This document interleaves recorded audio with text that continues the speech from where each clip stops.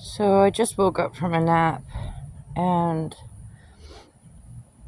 I had a dream where I was taking care of a little girl, and she was a lot like my niece, my oldest niece, Ducky.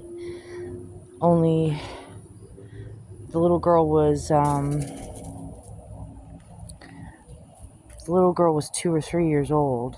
She looked a lot like Ducky.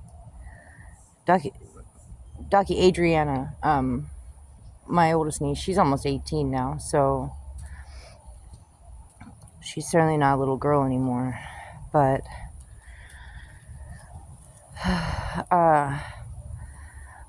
anyway, somehow it was a long, winding dream. But somehow, Ducky and I were. I'm just gonna call the girl Ducky because she reminded me a lot of Ducky. We were out somewhere, and a group of 3 people. Somehow we wound up. I don't know how we wound up in a house that belonged to these people. It was 2 women and a man. And I started getting the feeling like they were nefarious people, and they were trying to take her, separate her from me. And they did at one point. They convinced me to go into one room and had her in another room.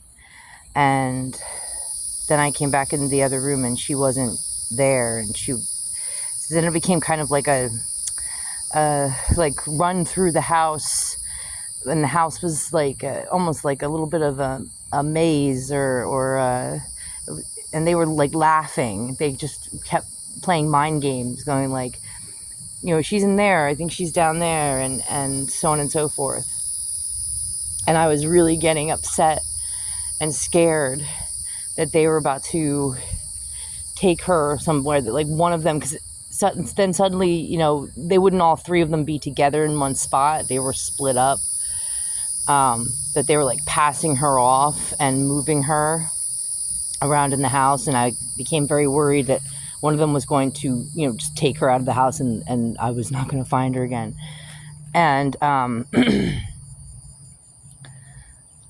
but then suddenly I just got very, very, I don't know what you want to call it, axe murder-ish, like psycho.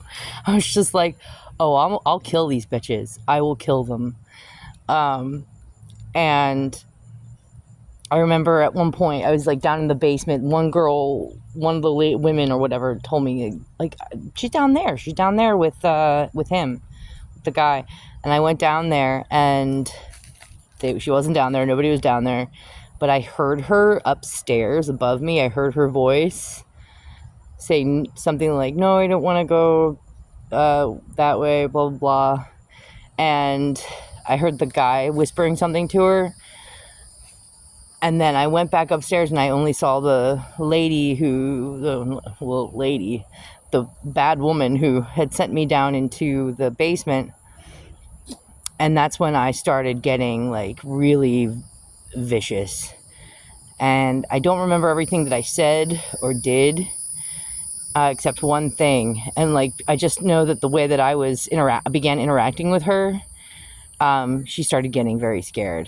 I was like, oh, you better give me that girl back right now. Like, tell me where she is. And I leaned into the side of her face, and she, like, I could see the fear on her. And I started saying, you think this is a joke? You think I'm messing, like, you think I'm stupid, and you think you can mess with me. But you're about to find out that when it comes to the safety of that little girl, I am 100% crazy. But the way I said crazy, I hissed it like a snake. And as I was saying it, I was leaning in closer and closer into her ear. And like, I just started whispering it almost into the side of her ear, like, I am 100% crazy. Like, I will kill you, bitch. You better produce that little girl right now. And that's when the And I started to feel like they're about to give me this little girl back. Because now I'm properly scaring them. Like she's about to tell me the truth where she is.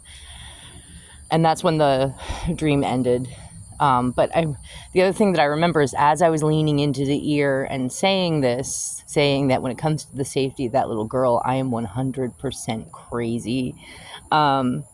The woman's ear turned into like a little, like a rose quartz knob, almost like a cabinet doorknob, made out of rose quartz, pink quartz. And anyway, yeah, I just thought that was interesting. I can still kind of feel the residual emotions from the dream of being like in extreme distress and anxious and upset because I couldn't find the girl, and I knew that these people were playing games and trying to take her.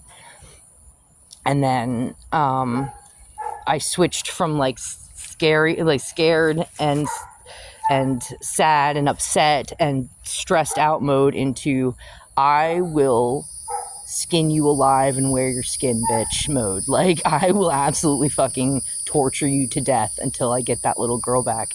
You better believe it. I hope you can hear it in my voice. For your sake. Not for my sake, for your sake. Because I don't want, because I don't want to get blood on me. But, like, that's what's about to happen if you don't give me that little girl back right now. So, yeah, that was the dream. I don't know if that's a processing dream or a prophetic dream or what, but I don't know how, maybe, I don't know how it could be a processing dream again. Like, the little girl looked like my niece. My niece is certainly not a little girl anymore. So yeah, tell me what you guys think.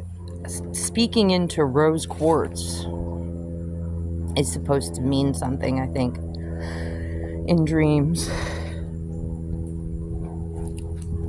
And that's how it ended.